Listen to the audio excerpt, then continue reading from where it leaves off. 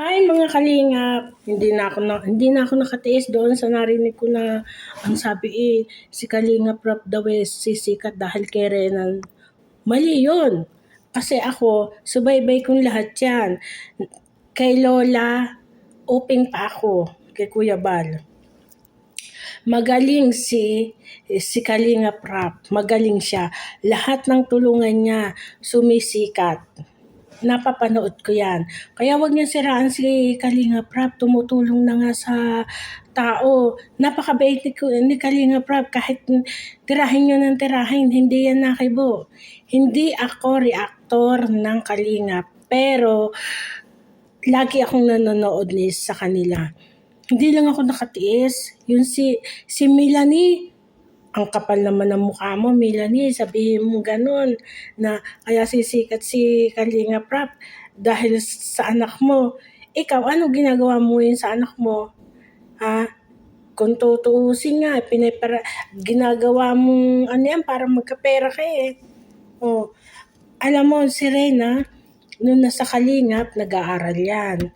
Tapos, maayos na yung kausap. Ngayon, ano ba? Saka matabayan. Saka si Rena, hindi yan araw-araw biniblog ng Kalingap. Huwag mong sabihin kaya sumikap si Kalingap Rap dahil kay Rena. Pero nakatulong din yan. Kasi madami din views. Pero hindi kay Rena sumikat si Kalingap Rap sa sariling sikap ni Kalingap. Kasi panoorin mo lahat ng vlog niya sumisikat. Ako, kahit ako, pagkatapos ko magtrabaho dito, nanonood ako dyan. Kaya wag niyong sisiraan si Kalinga Prab. Kasi, hindi na nga ako nakatiis, ako'y nanonood lamang. Ako'y nanonood lang kay Kuya Bal, kay Ate Edna, kay Ruel Malalag, kay Kalinga Prab. Lahat yan pinapanood ko. Pero mali-mali naman yun, sabihin kaya sumikap si Kalinga Prab dahil kay Rena.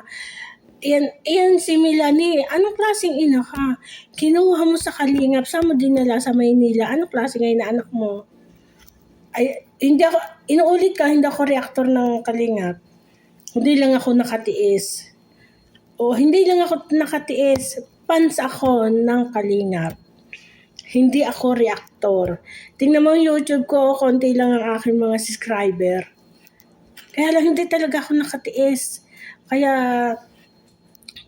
nagsalita ko ng para sa aking kalooban. Si Kalinga Prab sumikat sa sarili niyang pagsisikap. Hindi siya sumikap dahil kay Rena. Pero alam ko talaga, nakilala si Kalinga Prab kay Lola Damiana. Sila ni Kuya Bal. Tapos, naano pa yan sa TV, kay Jessica Soho, kay Christian. Yan, na Jessica Soho siya, kay Christian. Ngayon, nasa Maynila na. Kay Ka-Business naman. Yun, pinapanood ko rin si Ka-Business.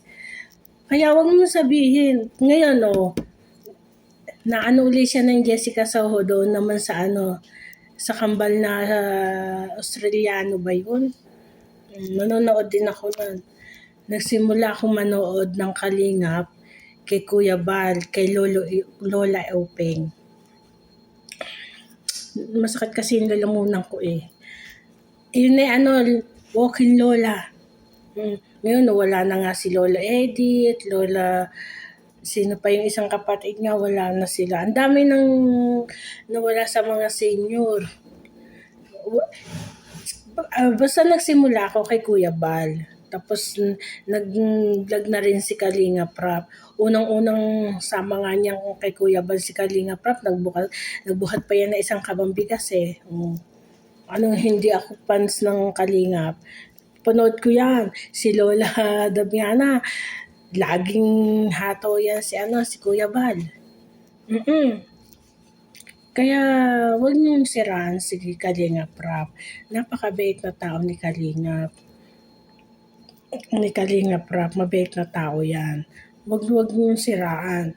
Hindi na nga ako nakatiis, kaya nakisagot na rin ako eh. Sinabi ko lang yung sa aking kalooban.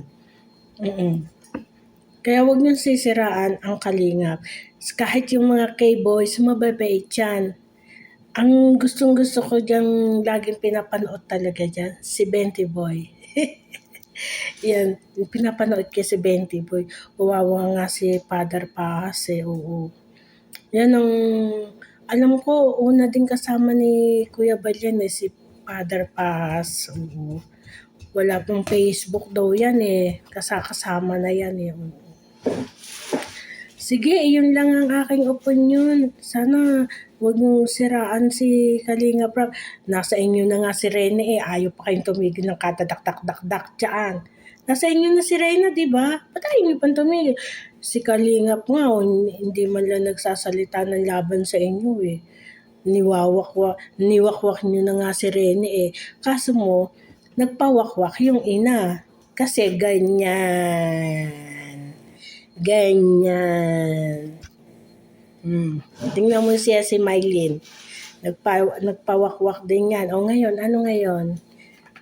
Nag-i-scam na lang. Kunyari, manghihilot. Kunyari, alam ko na yan. Alam ko lahat yan.